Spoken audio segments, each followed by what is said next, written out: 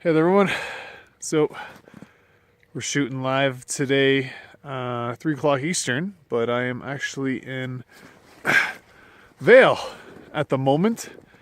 So to stick to our schedule, I'm going to take a quick break here, which I can use. It's very good skiing right now, very tired, and I'm going to talk to you a little bit about real estate. Actually, we had some interesting conversations while here in Vail. I always grab the local real estate books just to look at properties that are on the market.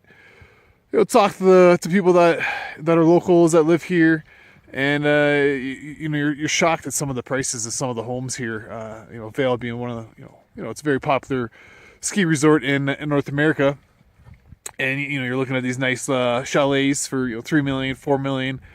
I talked to a guy yesterday at the bar, and he leases a place because he was telling me that for a nice chalet in the Four Seasons residences, you're about $3 million, and he was saying $100,000 in HOA fees. So he knows right there that that's just ridiculous, right? You're not gonna invest in real estate. Most people aren't gonna invest in real estate in those prices, right? I mean, these are people with a lot of extra money laying around or looking to spend it, and this is the kinds of properties they are buying, right?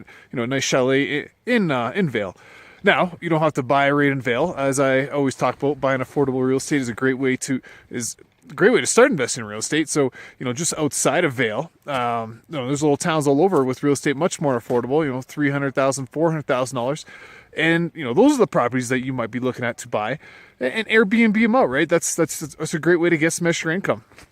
And if you're looking to start investing in real estate, that's the type of properties you're going to buy. And you could even go even more affordable, right? So my first property was only $48,000. It was a duplex, and multi-unit properties are probably my favorite. And I tell people all the time, if they can buy a duplex and live in one unit and rent out the other one, that's probably the best way to really start investing in real estate.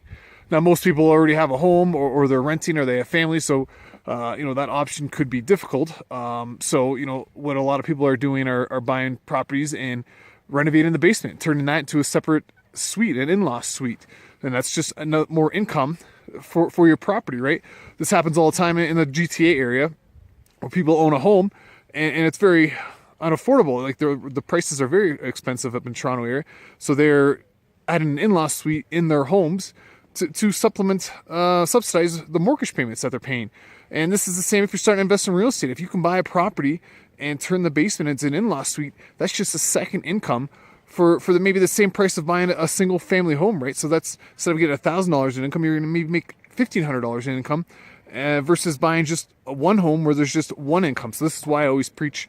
And I tell people, if you can buy a duplex, a triplex, even a fourplex, those small multi-units, they're still very easy to manage. Hold on here.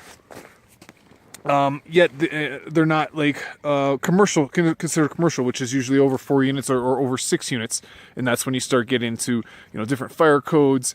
Most likely bring on a private manager, and a lot more is involved. Usually they have boilers in these larger multi-unit properties. Both my 21 unit and 8 unit have boiler systems, and when we bought the properties, they're older properties, we had to update the boilers. So that's a huge expense. And luckily you can lease these boilers. However, that's still cash flow out each month to lease these boilers for 4, 5, 10 years. I believe we had a 5-year lease on both the boilers in both my larger commercial properties. So anyways, I know it's going to be quick. I can't really answer any comments or questions. It was kind of just a quick rant today about investing again in affordable real estate, in affordable markets. And as much as I would love to own a chalet here in Vail for $3 million, I would rather buy 10 houses or 10 properties or maybe a 30-unit apartment building in an affordable market. And I believe $3 million 30-unit apartment building is available in my hometown market of Windsor, Ontario. So just imagine the income you would generate by investing $3 million there versus investing $3 million in a chalet here in Vail with $100,000 in HOA fees, right? That's just going to kill your cash flow even if you do rent it out every night, right? So Again, affordable markets are the greatest way, best way to start investing in real estate. If your local market where you live isn't affordable, just look out 30, 60 miles from where you live and start looking in those markets. You can still get to them if there's issues. You could, again, always have a property manager to handle your properties if you do live a little farther away.